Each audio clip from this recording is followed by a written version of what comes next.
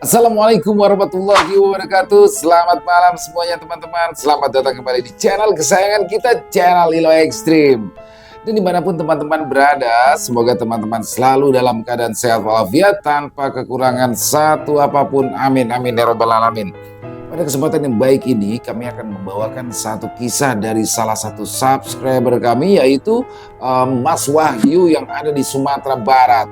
Kalau Sumatera Barat berarti udah Wahyu ya. Halo udah Wahyu. Makasih nih, kisahnya keren banget teman-teman. Tentang kampung mati yang ada di daerah pesisir selatan Sumatera Barat. Dan kerennya lagi, kami udah coba cek ya di Google, ternyata beneran ada teman-teman. Jadi semakin gak sabaran ya mengikuti pengalaman dari Uda Wahyu di Sumbar. Tapi sebelum kita masuk ke dalam kisahnya, kami ingin mengucapkan terima kasih kepada seluruh teman-teman yang sudah selalu setia mendukung channel kami, yang sudah selalu hadir di setiap harinya. Karena kehadiran teman-teman lah kami selalu bersemangat berkarya di setiap harinya. Yuk, gak pakai lama-lama lagi, gak ada basa-basi lagi, langsung aja kita masuk ke dalam kisahnya. Mode horor on! Kampung mati di pesisir selatan Sumatera Barat.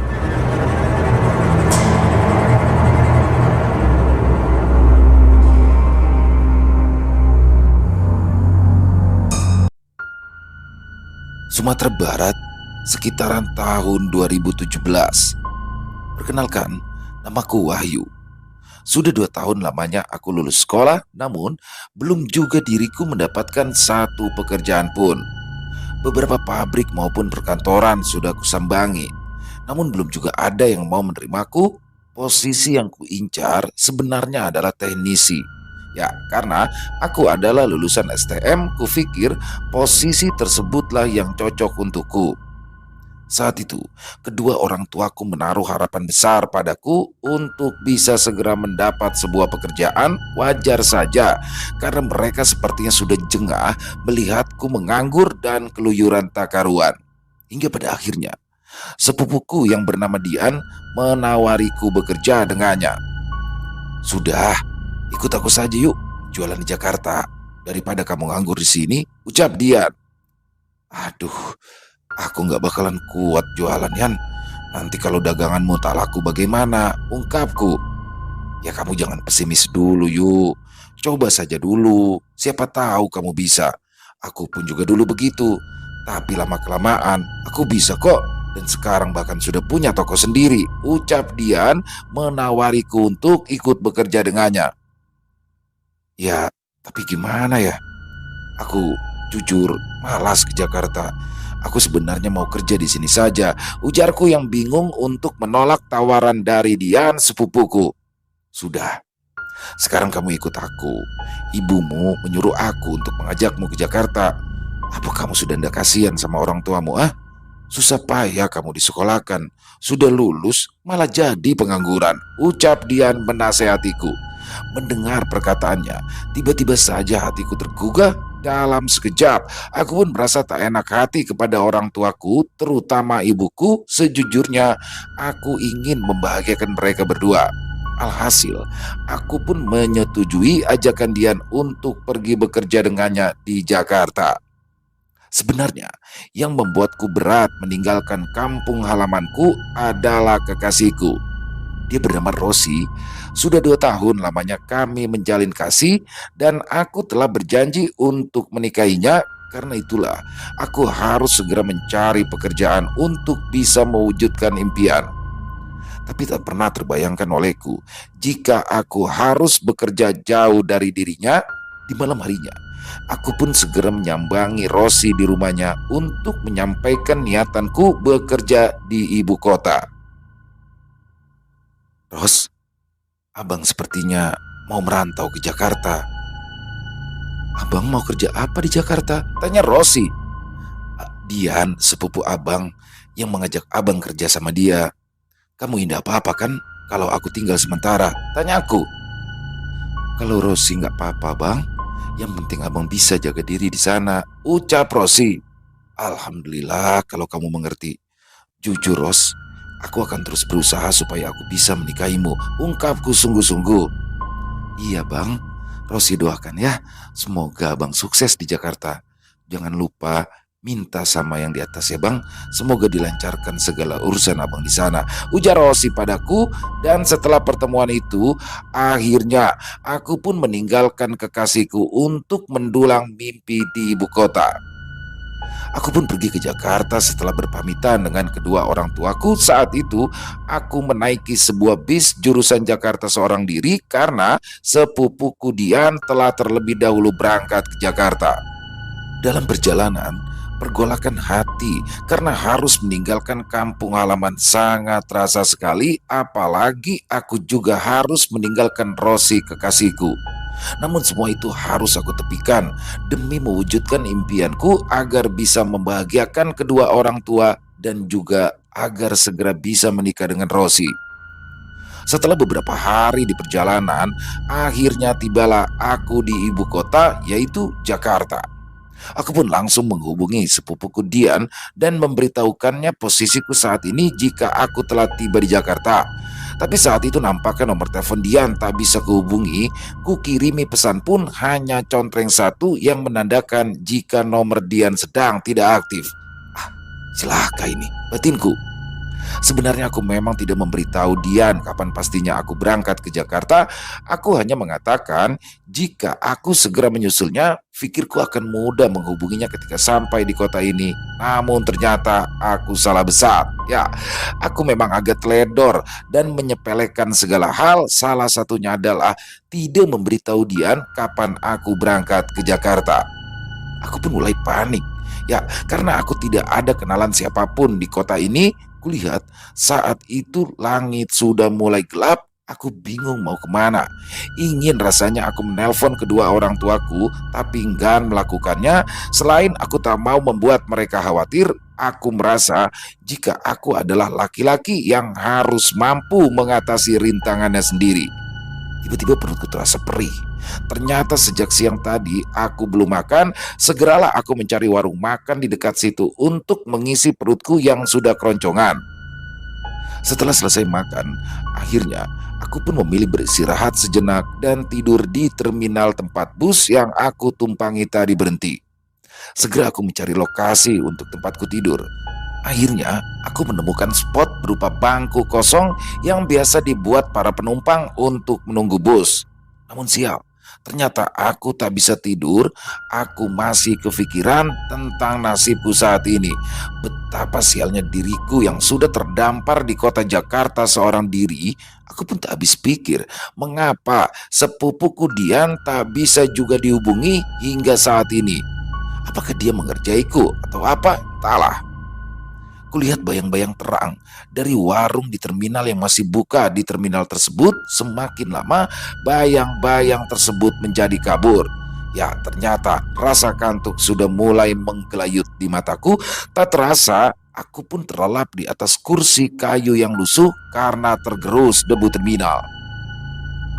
Pagi harinya, aku pun terbangun dan seketika mataku terbelalak karena rupanya tasku sudah terbuka dan barang-barang di dalamnya sudah berceceran. Hah, kok bajuku ada di luar, batinku? Dengan bergegas, aku pun langsung memeriksa handphone dan juga dompetku karena hanya dua barang tersebutlah yang sangat berharga bagiku. Dan benar saja, ternyata handphone dan juga dompetku telah hilang. Yang tersisa hanyalah uang kembalian dari membeli makan tadi malam sebesar Rp30.000. Aku pun hanya bisa pasrah dengan keadaan ini. Segera kulangkahkan kakiku keluar dari terminal tersebut. Kusisir sepanjang jalan tanpa aku ketahui tujuannya kemana. Setelah berjalan cukup lama, aku pun teringat akan petua dari kedua orang tuaku. Jika kita menemui kesulitan, mintalah bantuan kepada Sang Maha Kuasa. Kebetulan saat itu sudah siang. Aku tersadar jika sebentar lagi pastilah waktu zuhur akan tiba. Segera aku pergi mencari masjid atau musola terdekat. Dari kejauhan, aku melihat sebuah masjid yang megah. Segeralah tanpa berpikir panjang, aku pun langsung berjalan menuju masjid tersebut. Setelah tiba, segera aku membersihkan tubuh dan bersimpu di hadapan Sang Khalik. Di situ aku berdoa, meminta bantuan kepada Allah Subhanahu wa taala. Sehabis sholat berjemaah, setelah selesai, aku merenung di pelataran masjid. Hingga tanpa terasa waktu asar pun tiba. Kembali, aku berjemaah di masjid tersebut. Setelah selesai, aku pun kembali melamun di pelataran masjid. Di tengah lamunanku, anehnya, aku di sini tidak merasakan lapar karena di kepalaku dipenuhi pikiran bagaimana aku bisa keluar dari masalah yang sedang ku alami saat ini.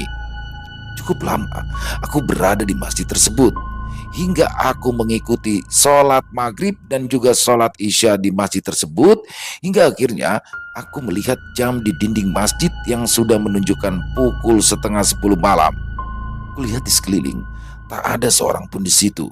Ya, masjid ini sudah dalam keadaan sepi. Jujur saja, saat itu aku sangat-sangat mengantuk. Namun aku merasa tidak enak jika harus menumpang tidur di masjid tersebut.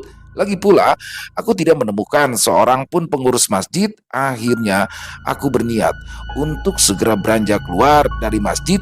Hingga tiba-tiba, seorang pria parubaya menepuk pundakku. Aku pun langsung terkejut. Aku langsung menengok ke belakang.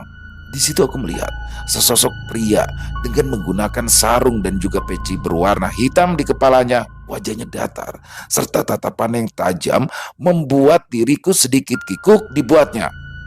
"Dek, kamu mau pulang?" tanya sang pria parubaya tersebut. Iya pak," jawabku.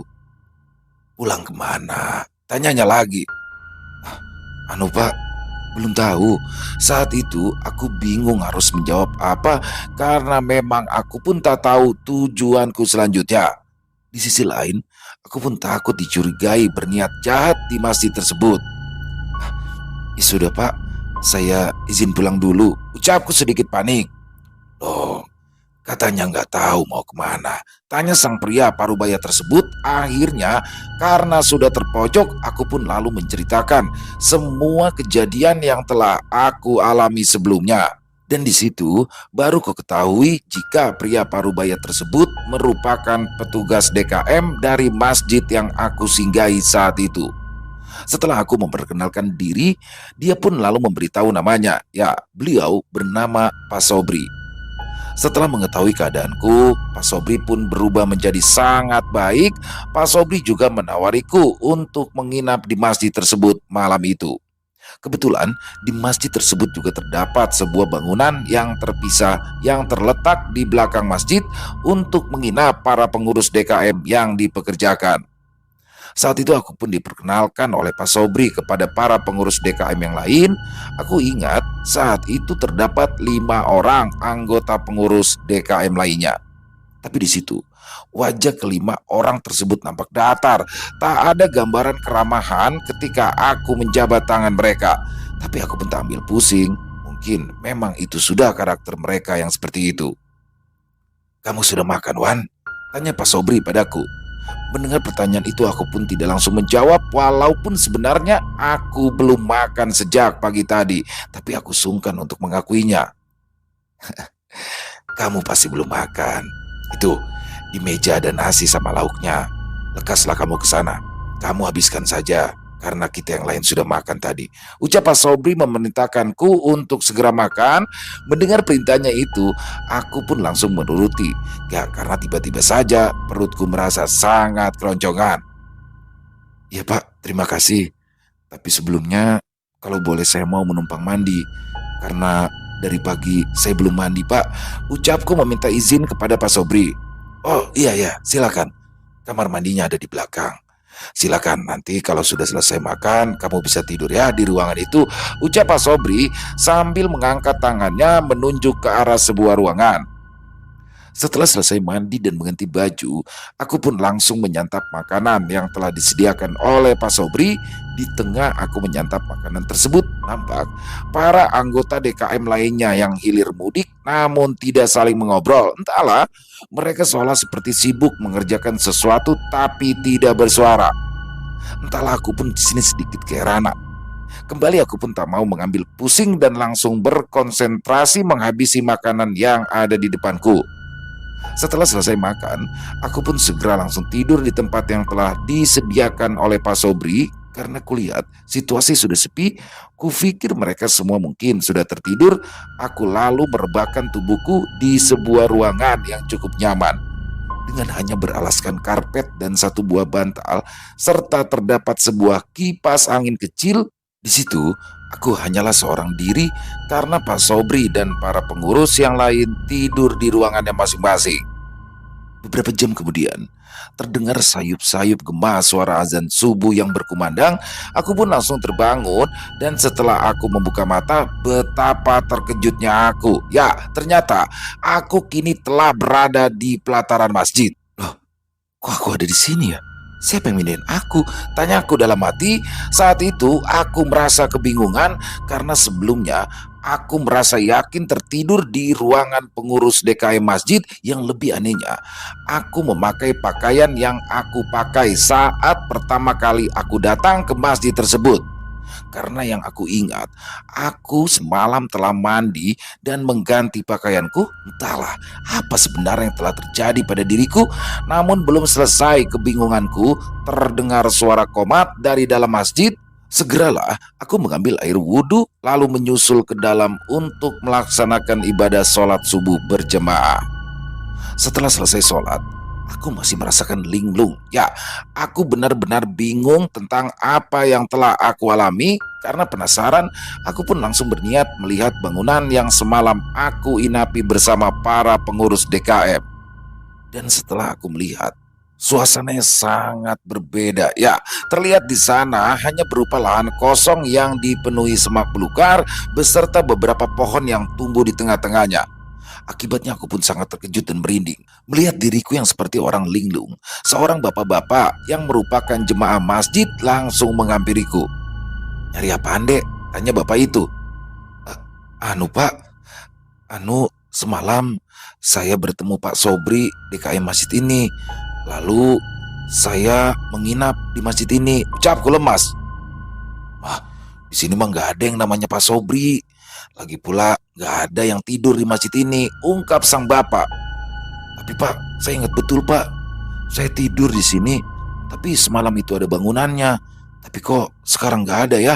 Timpalku yang masih merinding ketakutan, dan di situ aku pun baru mengetahui jika masjid tersebut merupakan masjid milik keluarga. Para pengurusnya pun masih anggota keluarga tersebut, sehingga jika malam hari tidak ada yang tidur di masjid tersebut. "Iya Dek, masjid ini masjid keluarga, jadi nggak ada yang nginep di sini. Ada juga petugas kebersihan, tapi paling ya malam jam 9 udah pulang ke rumahnya. Jadi kalau malam hari ya masjid ini dikunci. Nah kebetulan semalam itu petugas kebersihannya nggak masuk, jadi nggak ada yang ngunci gerbang masjid," jelas sang bapak. "Ah, begitu ya Pak? Apa mungkin saya cuma mimpi ya Pak? Oh iya, saya jadi mau laporan ke Bapak selaku pengurus masjid di sini kalau semalam saya numpang menginap," ucapku meminta izin karena tanpa sengaja menginap di masjid tersebut. "Oh iya, gak apa-apa Dek," jawab sang bapak. Akhirnya aku pun izin pamit kepada bapak-bapak tersebut. Dalam perjalanan, aku masih kepikiran tentang kejadian yang sudah menimpaku semalam. Ya, jika itu adalah mimpi, mengapa seperti sangat nyata? Dan bagaimana aku tahu mengenai situasi di belakang masjid, walaupun kenyataannya memang tidak ada bangunan rumah yang aku sambangi dengan Pak Sobri. Namun yang tak kalah aneh, aku juga masih merasakan kenyang akibat makan dari makanan yang sudah diberikan oleh Pak Sobri. Apa itu semuanya mimpi? Namun jika memang Pak Sobri merupakan makhluk tak kasat mata, tanpa aku sadari, beliau sudah membantuku. Selain memberikan aku tempat untuk tidur, dirinya pun sudah memberikan aku makanan. Karena memikirkan hal tersebut, tanpa aku sadari, aku berjalan dan langkahku tiba-tiba menuju ke arah terminal bus kembali. Ya, aku baru menyadarinya ketika tanpa sadar aku sudah berada di depan terminal. Mendapati hal itu, aku pun langsung beristirahat di depan terminal bus dan membeli sebotol air mineral karena memang jarak dari masjid tadi ke terminal itu lumayan jauh. Untungnya, aku masih menyimpan uang sisa kembalian kemarin.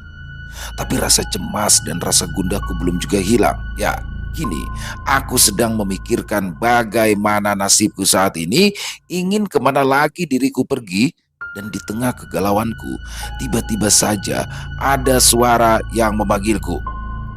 Wahyu, yuk! Mendengar itu, kepalaku pun langsung menoleh ke arah sumber suara tersebut dan betapa leganya aku. Ternyata itu adalah suara dari Dian, sepupuku. Ya Allah, Dian, kamu kemana aja sih? Sudah 2 malam aku sampai di Jakarta, ungkapku jengkel. Ya mana aku tahu kamu ke Jakarta. Kebetulan kemarin handphoneku rusak. Nah, baru semalam aku ambil di tempat servis. Ketika aku baca pesan darimu, aku langsung telepon kamu berkali-kali. Tapi kenapa HPmu nggak aktif, yuk? Aku juga langsung pergi ke terminal, tapi nggak ada kamunya. Nah, semalam itu ibumu sudah menelponku, menanyakan tentang keberadaanmu. Makanya semalaman aku mencarimu keliling. Untung pagi ini aku balik lagi ke sini. Alhamdulillah, sekarang kamu sudah ketemu. Ucap Dian lega. Ah, iya Yan, aku juga salah. Ini udah ngasih tahu kamu dulu kalau mau ke Jakarta, timpalku. Saat itu aku pun langsung menceritakan semua peristiwa yang ku alami kepada Dian, dan dirinya pun terkejut dengan apa yang baru saja aku lalui, terutama kejadian janggal yang tidak bisa diterima nalar manusia. Setelah beberapa waktu diriku berada di kota Jakarta, tanpa terasa sudah 1 tahun lamanya aku bekerja pada Dian, hingga pada suatu hari teman STM-ku yang bernama Yudi menelponku. Wahyu, gimana kabarmu sekarang? Tanya Yudi. Ah, baik Yud, kamu sendiri bagaimana? Dengar-dengar kamu sudah sukses sekarang ya, ledekku. Alhamdulillah, kabar baik yuk. Sebenarnya aku masih kuliah sambil bekerja, tapi sebentar lagi aku lulus. Kamu sendiri sekarang kerja di mana, yuk? Tanya Yudi lagi. Mendengar pertanyaan itu, aku pun langsung menceritakan semuanya pada Yudi tentang keadaanku saat ini. Aku pun iseng bertanya kepada Yudi tentang lowongan bekerja di tempatnya. Loh, bukannya kamu sudah enak di kota Jakarta? Iya Yud, tapi aku kangen rumah. Nggak kerasan aku di sini, jelasku. Memang sudah rezekiku. Yudi mengatakan jika sebentar lagi perusahaan tempatnya bekerja akan membuka lowongan pekerjaan. Aku pun langsung tertarik karena tempatnya bekerja berada tidak jauh dari kampungku. Jika boleh jujur, aku sudah sangat rindu kampung halaman, terutama kepada kekasihku Rosi. Tidak membuang waktu, aku pun langsung mengutarakan niatanku kepada Dian dan memberitahunya jika aku ingin pulang ke kampung dan bekerja di sana. Syukurnya Dian sepupuku pun mengerti. Singkat cerita, aku pun telah kembali ke kampung halamanku. Setelah bercengkrama dengan kedua orang tuaku, aku pun segera menghampiri Rosi untuk melepaskan rindu yang tak tertahan selama ini. Ros, bagaimana keadaanmu? Apa kamu baik-baik saja selama aku tinggal ke Jakarta? Tanyaku. Alhamdulillah bang, Ros baik-baik saja. Kenapa abang memutuskan berhenti kerja dengan Bang Dian? Tanya Rosi balik padaku. Iya Ros, aku memutuskan berhenti karena temanku Yudi menawarkan pekerjaan di sini, jawabku. Oh, jadi abang akan menetap di sini? Ucap Rosi terkejut. Tapi bila aku melihat dari raut wajahnya, dirinya sangat bahagia mengetahui jika aku tidak akan pergi meninggalkannya lagi. Ya Ros, aku tidak akan lagi ke Jakarta. Aku akan menetap di kampung. Jika nanti aku tidak diterima di tempat Yudi, aku akan mencoba mencari lamaran kerja di tempat lain, ucapku lugas. Selanjutnya, aku pun dan Rosi membicarakan tentang hubungan kami ke depannya dan juga mulai membahas tentang rencana pernikahan. Tak terasa, telah 3 hari lamanya aku berada di kampung halaman hingga akhirnya hal yang kutunggu-tunggu pun tiba. Yudi mengabariku jika esok pagi dia akan membawaku ke kantornya sekalian mengantarkanku untuk melamar bekerja di sana dan langsung menjalani sesi wawancara. Mendengar kabar itu dengan bergegas, aku langsung menyiapkan berkas-berkas ijazah maupun sertifikat yang aku punya. Tak lupa aku juga membuat surat lamaran kerja. Keesokan harinya, Yudi pun telah berada di depan rumahku sambil duduk di atas sepeda motornya. Oh Yu, kamu sudah bawa semua berkas yang kusuruh siapkan kemarin kan? Tanya Yudi padaku. Beres Yud, semua sudah siap nih, sudah kubawa, jawabku sambil menunjuk isi tasku. Sudah, ayo kita berangkat. biar tidak kesiangan sampai di kantorku, ajaknya. Dengan mengendarai sebuah sepeda motor Honda Beat keluaran terbaru, akhirnya aku dan Yudi pun segera meluncur menuju kantornya. Dalam perjalanan, aku merasa penasaran tentang posisi pekerjaan yang ditawarkan Yudi di kantornya. Yud, nantinya aku bekerja sebagai apa di tempatmu? Tanya aku. Ya sudah, nanti bilang saja kalau kamu bawahanku. Aku juga sudah mengkondisikan sama orang personalia. Intinya, kamu pasti diterima, ungkap Yudi. Baru aku mengetahui jika ternyata pemilik perusahaan itu adalah paman dari Yudi. Tak heran jika dirinya juga memiliki pengaruh pada kantornya tersebut. Namun hal itu malah menjadi beban bagiku. Aku khawatir, takut akan membuatnya kecewa karena keterbatasan skill yang aku miliki. Setelah sampai di sana, Ryudi pun rupanya mengetahui isi hatiku. Dia melihat jika saat itu aku terlihat gugup. Sudahlah yuk, kamu tenang saja. Wawancara ini hanya formalitas kok. Kamu pasti diterima ya, ucap Yudi berusaha menenangkanku. Iya Yud, tapi kalau pekerjaannya aku nanti tidak bisa bagaimana? Tanya aku khawatir. Ya nanti kan ada pelatihan dulu. Awalnya itu kamu akan ditempatkan pada posisi helper. Nah, di situ kamu bisa akan banyak belajar, jelas Yudi. Akhirnya, sesi interview dan wawancara telah aku lewati. Benar saja apa kata Yudi, keesokan harinya aku pun langsung ditelepon dan mengabarkan jika aku telah diterima di perusahaan tersebut. Dengan mengucapkan rasa syukur dan alhamdulillah, aku pun segera mengabari kabar gembira tersebut pada kedua orang tuaku. Dan tentu saja tidak lupa, aku langsung mengabari Rosi jika aku telah diterima bekerja di perusahaan tempat Yudi bekerja. Singkat cerita, aku pun telah memasuki bulan ke-8 bekerja di perusahaan milik paman dari Yudi. Dan kini posisiku adalah sebagai operator alat berat. Kala itu, perusahaanku sedang mendapatkan proyek pembuatan jalan antar Kabupaten Pesisir Selatan dan Kabupaten Solok. Dan aku adalah salah satu yang ditunjuk untuk menjalani proyek tersebut. Setelah aku mendapatkan info mengenai proyek tersebut, diketahui rencana jalan yang dibuat awalnya merupakan sebuah hutan yang dikelilingi bukit barisan di ujung Sumatera Barat. Perusahaanku pun segera membentuk tim dalam menjalani proyek ini, mulai dari teknisi, operator, sipil, dan juga tenaga ahli yang menggeluti bidangnya masing-masing. Hingga waktunya tiba, akhirnya aku beserta tim segera berangkat menuju ke tempat proyek yang telah ditentukan. Di sana kami telah disediakan sebuah mes yang telah disediakan oleh pihak perusahaan yang terletak di Kampung Muara Air, sebuah desa yang terletak di ujung pesisir selatan yang berbatasan dengan kabupaten lainnya. Desa ini terlihat ramai dan para penduduknya pun sangat ramah dengan kami. Dan lagi, aku merupakan asli orang Minang sehingga membuatku mudah berbaur dengan masyarakat dan merasakan keramah tamahan mereka. Keesokan harinya, kami pun segera menyusuri rute yang akan dibuat jalan yang masih berupa hutan yang sangat lebat. Aku berpikir mungkin hutan ini belum pernah dijamah oleh manusia sekalipun karena kulihat hutan yang kami lewati sangat-sangat lebat.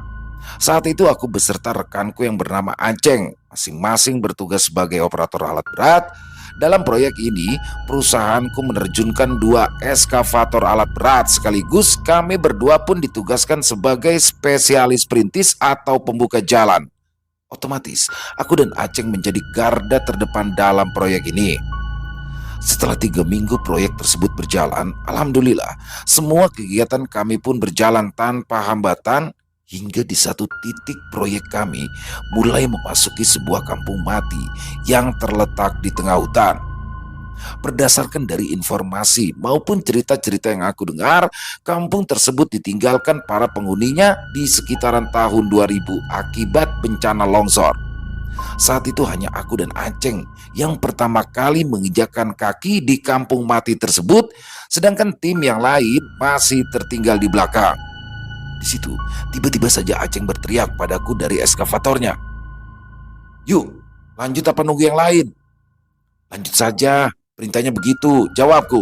Saat kami mulai memasuki kampung tersebut, terlihat pemandangan yang sedikit agak menyeramkan bagiku. Selain daerahnya yang berada di bawah perbukitan, sehingga terbatasnya pancaran matahari di sini, kulihat juga terdapat rumah-rumah kosong yang sudah menyatu dengan alam karena memang sudah ditinggalkan pemiliknya begitu lama. Aku sedikit merinding ketika mulai membabat semak belukar yang terdapat di kampung mati tersebut. Belum lagi, ku teringat jika kami sekarang berada di tengah hutan. Ya, memang lokasi kampung mati ini terletak di tengah hutan karena semenjak ditinggalkan para penduduknya, jalan yang menuju ke kampung ini otomatis tertutup karena tidak ada lagi manusia yang menggunakannya. Tak terasa sudah beberapa jam kami memasuki kampung mati tersebut. Aku pun dalam hati bertanya-tanya tentang tim yang lain. Karena mereka belum juga sampai di lokasi kami saat ini, hal tersebut pun kusampaikan pada Aceng. Ceng, off dulu Ceng, teriakku. Setelah kami mematikan eskavator kami masing-masing, aku pun menemui Aceng di bawah. Ceng, kenapa yang lain belum pada sampai ya? Tanyaku. Ya aku juga nggak tahu yuk. Coba kamu tanyakan pakai HT. Jawab Aceng. Aku pun meraih HT yang tergantung di jok belakang eskavatorku. Di situ baru aku sadari jika HT lupa aku nyalakan. Setelah HT menyala, aku pun langsung menghubungi tim lainnya yang terdapat di belakang. Dan setelah berhasil menghubungi tim lainnya, betapa terkejutnya aku. Ternyata mereka semua kembali lagi ke mes pusat karena terdapat kecelakaan kerja yang menimpa salah satu rekanku di tim lain. Alhasil, aku pun langsung mewartakan berita tersebut kepada Aceng. Ceng, tim yang lain semua sudah kembali ke mes pusat. Soalnya tadi ada yang terkena musibah, ungkapku. Waduh, berarti kita berdua saja dong yang tinggal di sini. Mana sudah sore yuk. Gak mungkin kan kita ikut balik ke mes, saut Aceng. Memang rencananya aku, Aceng, dan tim yang lain berencana ingin membangun mes sementara di kampung mati ini karena saat ini posisi kami sudah sangat jauh dari mes utama yang sekitar berjarak 20 kilometer. Mau gimana lagi, Ceng? Sekarang itu pilihannya dua.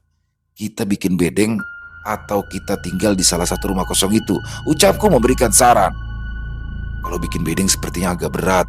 Kalau hanya kita berdua, ya mau nggak mau kita tinggal di salah satu rumah yang kosong aja di sini, ucap Aceng. Akhirnya, aku dan Aceng memilih sebuah rumah kayu yang berukuran lumayan besar yang letaknya tak jauh dari eskavator kami terparkir. Walaupun rumah tersebut sebagian sudah dipenuhi oleh semak belukar dan juga mulai ditumbuhi akar pohon, namun terdapat satu spot yang bisa kami gunakan sebagai tempat beristirahat. Selain itu, kami juga masih bisa mengawasi eskavator kami yang terparkir tak jauh dari rumah tersebut. Setelah bersih-bersih dan beristirahat, kami mulai merapikan tempat istirahat kami berdua. Saat itu, kami sudah dibekali satu karung beras, telur, mie instan, dan juga sambal. Aku sebenarnya merasakan hawa yang sangat senyap, malum saja, karena memang rumah yang kami tempati saat ini sudah puluhan tahun tak dihuni. Apalagi saat pertama mulai memasuki kampung mati ini, perasaanku jujur merasa tidak tenang. Seolah seperti ada yang mengawasi. Tapi apa? Entahlah, ditambah hanya aku berdua dengan Aceng yang menginap di kampung mati ini tanpa ada tim lain yang menemani.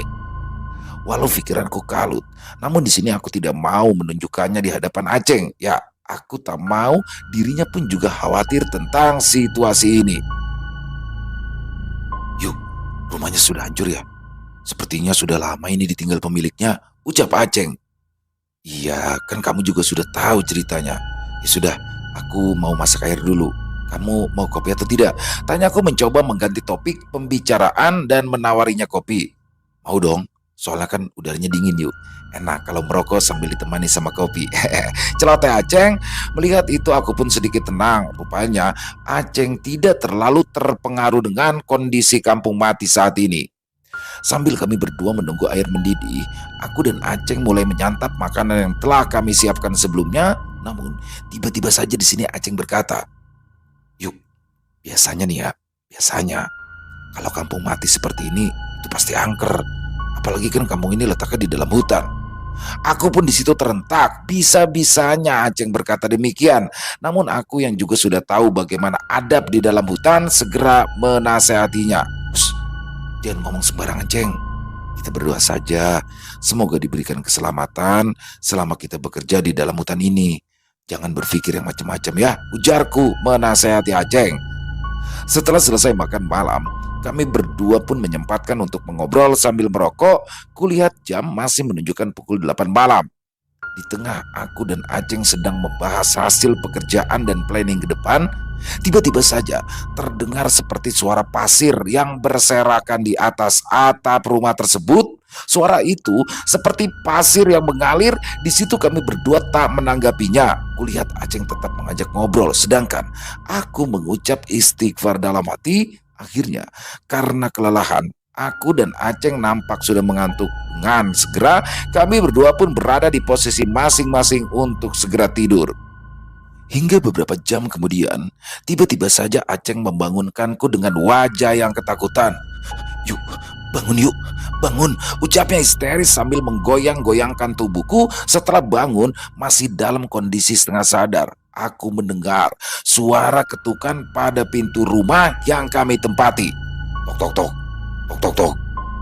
Itu itu siapa yang ngetok pintu yuk? Tanya Aceng meringis ketakutan.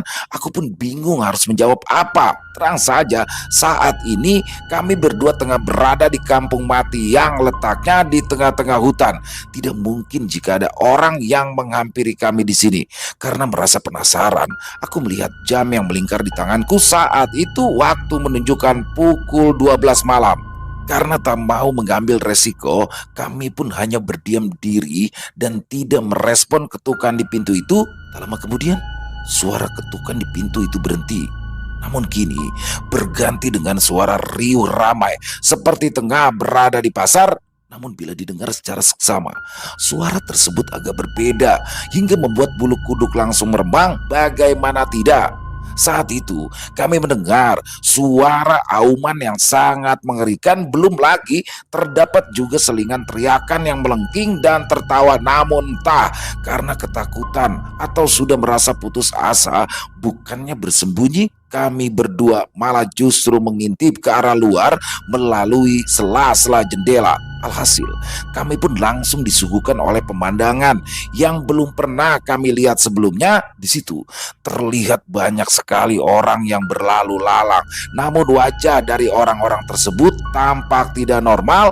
Wajah mereka sungguh terlihat mengerikan karena terlihat dengan jelas jika wajah dan bagian tubuh lainnya sudah tidak utuh lagi, alias mereka adalah setan yang bergentayangan. Mendapati pemandangan itu, kami pun segera kembali ke alas tidur dan saling berpelukan di dalam selimut karena ketakutan. Kembali terdengar suara di pintu. Namun kali ini bukan suara ketukan biasa, melainkan suara gedoran yang sungguh memekakan telinga. Dok dok dok, dok dok dok. Ya, suara gedoran pintu ditambah suara-suara lainnya membuat aku dan Aceng sangat ketakutan. Di dalam selimutku yang tipis, aku masih bisa melihat jika pintu di rumah tersebut sampai bergetar dibuatnya. Berdoa dalam hati, semoga saja pintu itu tidak terbuka. Namun kenyataan berkata lain. Seketika pintu tersebut langsung terbuka. Brak! Namun aneh, ketika pintunya terbuka, suara-suara menyeramkan tersebut langsung menghilang. Suasana seketika berubah menjadi sunyi, diam, dan senyap. Tak terdengar suara apapun. Masih di dalam selimut yang tipis, aku dan Aceng hanya bisa diam menyaksikannya hingga tiba-tiba terdengar suara riuh kembali dibarengi oleh sosok-sosok yang menyeramkan masuk ke dalam rumah yang kami tempati. Tayal, Aceng langsung berteriak histeris, sedangkan aku hanya bisa memejamkan mata dan merapal semua doa yang aku bisa. Di situ aku merasakan jika makhluk-makhluk menyeramkan tersebut sangat-sangat banyak sehingga seolah aku merasa sesak berada di ruangan itu. Ya, kami berdua seperti tengah dikepung di dalam rumah tersebut. Lalu di tengah ketakutanku, aku mendengar orang yang marah-marah, mengumpat dan juga mengejek. Entah, aku pun tak mengerti. Aceng yang sedari tadi berteriak histeris tiba-tiba saja berkata dengan lantang, Jangan ganggu kami. Kami di sini cuma bekerja." Namun mereka membalasnya dengan suara pekikan, melengking yang memekakan telinga. Di situ aku juga merasakan jika selimut kami terasa ada yang menarik-narik. Namun dengan sekuat tenaga, aku dan Aceng berusaha menahannya karena sejujurnya aku tidak mau melihat penampakan mereka secara jelas. Udara terasa sangatlah panas. Kami berdua pun bermanikan keringat, terasa ingin pingsan, namun tidak bisa. Teror dari makhluk-makhluk menyeramkan tersebut masih berlangsung saat itu, walau berada di balik selimut. Karena tipisnya selimut itu, aku bahkan bisa melihat penampakan dari makhluk-makhluk tersebut. Sungguh pemandangan yang sangat menyeramkan. Bagaimana tidak? Terlihat wajah yang separuh hancur dengan lilitan kain kafan yang lusuh di tubuhnya. Belum lagi sosok kuntilanak yang berterbangan hingga makhluk-makhluk tak jelas yang tak bisa kuuraikan dengan kata-kata. Mereka semua mendekat dan aku bisa merasakan jika tubuh kami seolah diraba oleh tangan-tangan mereka. Aku di sini sudah mulai lemas ya, karena menggigil rasa ketakutan. Terasa cukup lama aku alami hingga akhirnya para makhluk-makhluk menyeramkan itu pun menghilang dengan sendirinya. Rasa lega, bersyukur tak henti-hentinya kuucapkan kepada Sang Khalik karena telah melewati peristiwa yang tak pernah ku alami sebelumnya selama hidupku. Namun ketika kulihat Aceh, terlihat dirinya sudah dalam keadaan pingsan dengan kondisi celananya yang basah. Aku pun segera membangunkannya. "Ceng, bangun Ceng, bangun." Sambil ku goyang-goyangkan tubuhnya yang gempal, akhirnya Aceng terbangun. Ia pun seketika berteriak, "Setan!" "Sudah pergi Ceng, sudah pergi. Kamu itu jangan teriak-teriak lagi." Sentakku mencoba menenangkan Aceng. Di situ pun Aceng langsung menangis lega hingga sumpah serapah untuk tak mau lagi bekerja di dalam hutan. Setelah melihat Aceng tenang, aku pun segera menghubungi tim yang lain untuk segera menjemput kami di kampung mati ini. Dan setelah tim evakuasi datang, aku pun langsung menceritakan tentang semua peristiwa yang aku dan Aceng alami. Keadaan kami berdua cukup lemah, hingga akhirnya kami berdua dibawa ke mes utama untuk mendapatkan perawatan. Karena aku dan Aceng mengalami demam, akhirnya kami berdua dipindahkan ke rumah sakit terdekat dan keluar dari tim pelaksanaan proyek tersebut. Setelah sembuh, ternyata aku mendapatkan surat yang menjelaskan jika aku dipindah tugaskan di kantor pusat. Jujur, aku terkejut dan tidak menyangka mendapatkan promosi jabatan secepat ini, padahal tugas terakhirku berakhir dengan tidak memuaskan. Ya, aku berhenti di tengah jalan. Dan ternyata Yudilah yang menarikku sebagai stafnya. Kebetulan saat itu di bagiannya sedang membutuhkan pegawai baru. Aku merasa lega dan bersyukur. Setelah peristiwa mengerikan yang aku dan Aceng alami, akhirnya aku mendapatkan kabar baik ini. Dan mengenai kampung mati tersebut, kabarnya saat ini proyek jalan tersebut telah selesai menjadi jalan lintas antar Kabupaten Pesisir Selatan dan Kabupaten Solok. Selesai. Luar biasa kisah dari Udawayu yang ada di Sumatera Barat. Kisahnya asli keren banget nih ya. Diawali dari perjalanan hidup seorang Udawayu ya, seorang pemuda asal Sumatera Barat yang merantau ke Jakarta dengan pengalaman goibnya. Lalu setelah itu kembali lagi ke Sumatera Barat dan bekerja di sana. Dan di situ tuh baru tuh proyek jalan lintas ya, antara yang menghubungkan nantinya antara pesisir selatan dengan Solok. Jadi di sini memang benar-benar ada teman-teman, kampung mati itu di tengah-tengah hutan dan mencekam sekali tuh. Baru satu malam langsung demam, dia besok langsung dibawa pulang ke mes. Dan bersyukur alhamdulillahnya Udawayu juga bersama Aceng kemana tidak mengalami hal-hal yang lain yang maksudnya bisa selamat, bahkan untuk Udawayunya juga akhirnya ditempatkan di tempat yang lebih aman, yaitu di staf. Aduh, terima kasih banget, keren banget Udawayu kisahnya, dan banyak hikmah yang bisa kita ambil dari kisah barusan. Salah satunya sih saya mencoba berbagi ya ke teman-teman bahwasanya di awal kisah tadi kan Wahyu ini terdampar di Jakarta, handphonenya hilang, habis itu uangnya habis ya kan. Dan jadi kalau teman-teman mendapati kejadian seperti ini, tapi amit-amit ya jangan sampai nauzubillah min dzalik, tapi apabila mendapati hal seperti ini, karena menurut pengalaman saya juga pernah beberapa kali menemui orang, terutama cewek ya, yang gampang panikan cewek tuh ketika handphonenya nggak ada, dia tersesat di Jakarta, terdampar seorang diri. Jadi kalau bisa memang yang pertama kali dilakukan itu adalah, udah bagus ya seperti Wahyu datang ke masjid atau musola terdekat yang pastinya insya Allah orangnya baik-baik. Tapi yang lebih bagusnya lagi datang ke kantor polisi, ceritakan tentang apa yang sudah terjadi. Dan permasalahannya biasanya satu nih, kita nih sekarang udah lupa sama nomor handphone ya. Termasuk saya juga nggak inget nih nomor handphone karena udah saking banyaknya mungkin ya, atau saking udah gampangnya. Jadi beda sama dulu ya. Kalau dulu kan inget tuh nomor handphone, beberapa nomor handphone. Kalau sekarang biasanya hilang ya udah blast tuh, lupa. Nah, buat teman-teman cek aja medsos. Jadi biasanya tuh orang saking paniknya lupa tuh, cek aja medsos. Nah, biasanya di medsos itu ada nomor telepon atau bisa menghubungi lewat messenger yang ada di medsos tersebut. Mungkin itu sih ya sedikit.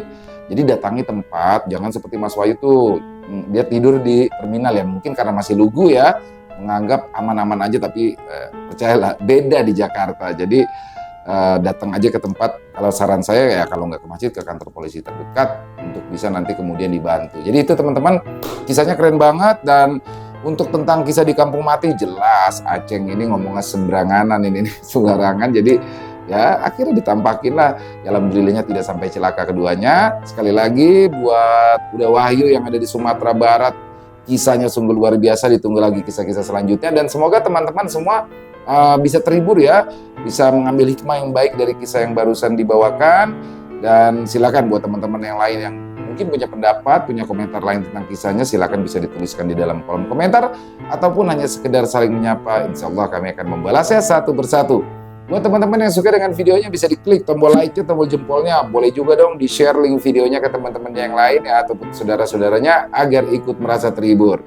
Buat teman-teman juga yang mungkin baru bergabung atau sudah lama bergabung nih ya, lupa nih belum klik tombol merah subscribe-nya. Yuk, diklik aja tombol merah subscribe-nya. Jangan lupa lonceng notifikasinya dinyalakan agar teman-teman selalu mendapatkan notifikasi dari konten-konten yang akan kami upload selanjutnya. Dan untuk channel Ilo Ekstrim ini kami upload setiap malam ya teman-teman, setiap jam 7 malam waktu Indonesia bagian Barat.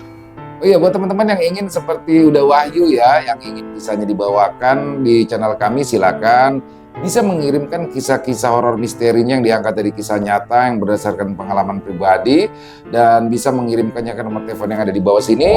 Bebas dalam bentuk tulisan boleh, dalam bentuk voice note atau rekaman suara boleh, senyamannya teman-teman aja. Untuk yang sudah mengirimkan kisah kami ucapkan terima kasih, dan yang sudah mengirimkan kisah tapi belum dibawakan, harap bersabar ya. Karena memang harus melalui proses penggarapan terlebih dahulu agar bisa dinikmati lagi oleh teman-teman yang lain. Akhir kata, saya Ilo mengucapkan permohonan maaf apabila mungkin dalam pembawaan kisahnya barusan ada kata-kata saya yang salah ataupun ada kata-kata saya yang kurang berkenan. Saya mohon dibukakan pintu maaf yang seluas-luasnya karena saya hanyalah manusia biasa, tempatnya salah dan dosa. Sampai berjumpa lagi di konten-konten kami selanjutnya yang pasti tidak kalah ngerinya, yang pasti tidak kalah seramnya. Masih bersama saya Ilo di channel Ilo Ekstrim. Salam sehat, sukses selalu untuk kita semua. Wassalamualaikum warahmatullahi wabarakatuh.